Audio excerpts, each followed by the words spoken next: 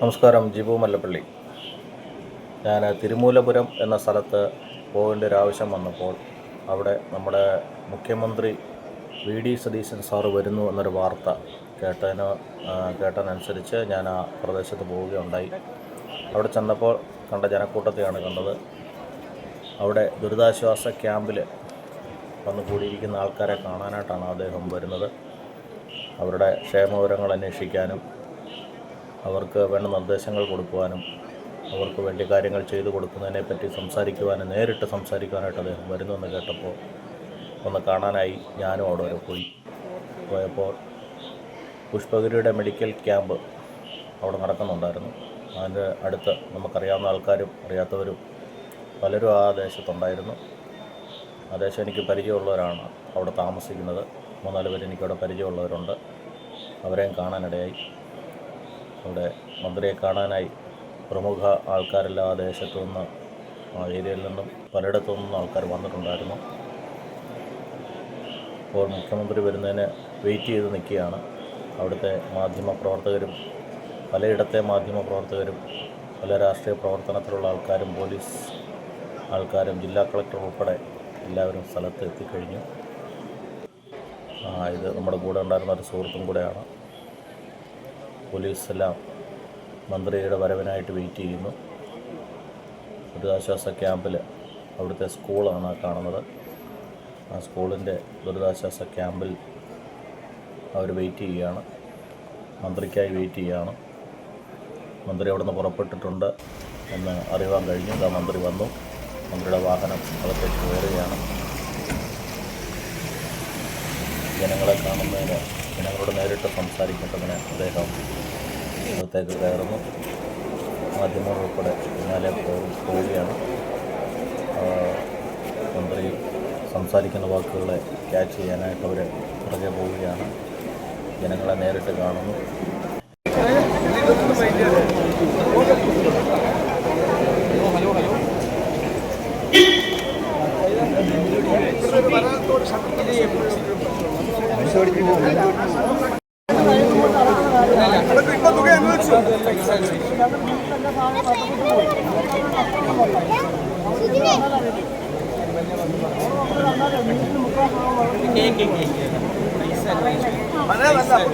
ഈ ബഡ്ജറ്റിൽ മുഖ്യമന്ത്രി നമ്മുടെ അഭ്യർത്ഥന മാനിച്ച് നമുക്ക് പൈസ അനുവദിച്ചു.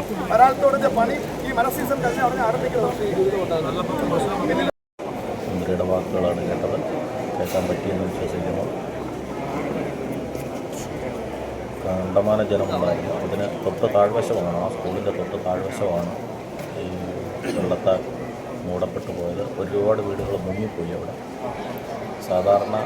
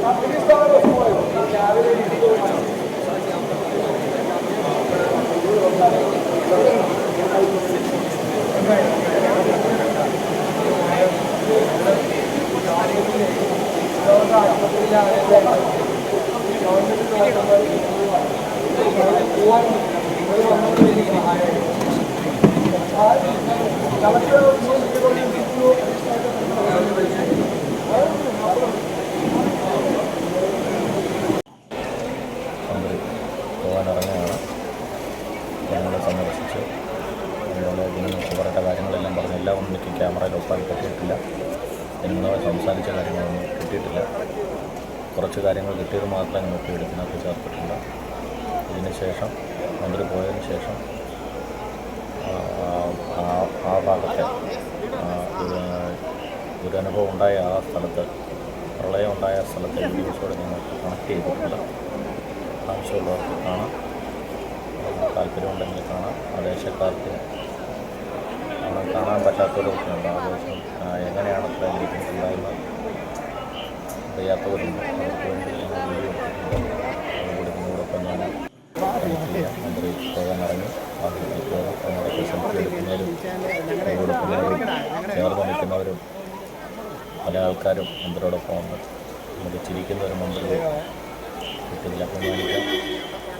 നല്ലൊരു മന്ത്രിയെ കിട്ടില്ല, അഭിമാനിക്കാം. മന്ത്രി ജനങ്ങളോട് ഇടപെടുന്ന രീതി കണ്ടപ്പോൾ തന്നെ ഒത്തിരി സന്തോഷം തോന്നി. മന്ത്രിമാരിങ്ങനെ ജനങ്ങളുടെ ഇടയിലേക്ക് ഇറങ്ങിച്ചെന്നാൽ ജനങ്ങളുടെ പ്രീതി സമ്പാദിക്കാൻ പറ്റും.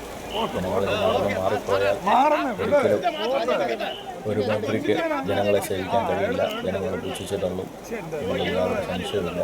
ഇങ്ങനെ ചേർന്ന് നിൽക്കുന്ന മന്ത്രിമാരാണ് നമുക്ക് ആവശ്യം. ജനങ്ങളുടെ ഇടയിലേക്ക് ഇറങ്ങിച്ചെല്ലുന്ന മന്ത്രിയാണ് ആവശ്യം. ആരെ മാറ്റി നിർത്തുന്നില്ല, എല്ലാവരെയും. അവസാനം എനിക്ക് വരെയും കൈ തന്നിട്ടാണ് പോയത്. അതെന്തിനാണെന്ന് എനിക്ക് പറഞ്ഞുകൂടാ. വന്നിട്ടുണ്ട്, എനിക്കും സന്തോഷമായി. അങ്ങനെ മന്ത്രിയോട് യാത്രയാകുകയാണ്. പറഞ്ഞ് മന്ത്രി യാത്രയായി. ഇതാണ് ആ പ്രദേശം, വെള്ളം കയറിയ ദേശം. എന്നെ കൊണ്ടാകുന്ന രീതിയിൽ ഞാൻ ആ ദേശത്തിൻ്റെ ആ വെള്ളം കയറിയ ഭാഗങ്ങൾ, ഇതൊന്നും അല്ലായിരുന്നു വെള്ളം. ആ വീടിൻ്റെ, ആ കാണുന്ന വീടിൻ്റെ ജനലിൻ്റെ ഒക്കെ മേൽവശത്തായിട്ടായിരുന്നു. ഏറ്റവും പൊങ്ങി നിൽക്കുന്ന സ്ഥലമാണ് അവിടെ. അവിടെ അത്രയും വെള്ളം കയറിയെങ്കിൽ താഴെയുള്ള ആൾക്കാരുടെ കാര്യം പറയണ്ടല്ലോ. അവരൊക്കെ മുങ്ങിപ്പോയി. അവർക്കെല്ലാം ഒത്തിരി നാശനഷ്ടങ്ങളുണ്ടായി, ഒരുപാട്. അവരൊരിക്കലും പ്രതീക്ഷിച്ചില്ല ഇതുപോലൊരു മിന്നൽ പ്രളയം വരും എന്നുള്ളൊരു പ്രതീക്ഷ അവർക്കില്ലായിരുന്നു. അവർക്ക് ഒരുപാട് നാശനഷ്ടങ്ങളുണ്ടായി എന്നാണ് അറിഞ്ഞത്. ഉടുതുണി പോലും, മാറാനൊരു തുണി പോലും അവർക്ക് ഇന്നില്ല. ഒരുപാട് നാശനഷ്ടങ്ങളുണ്ടായി. ഇത് കാണുന്ന അങ്ങ് ആ വാഴയിലക്കിടയിൽ കൂടെ കാണുന്ന വീടൊക്കെ മുങ്ങിപ്പോയ വീടാണ്. അതിനുശേഷം വെള്ളം താഴ്ന്നതിന് ശേഷമുള്ളതാണ് ഇപ്പോൾ ഈ കാണുന്നത്. വെള്ളം കുറച്ച് താഴ്ന്നു നിൽക്കുന്നതാണ് ഇപ്പോൾ.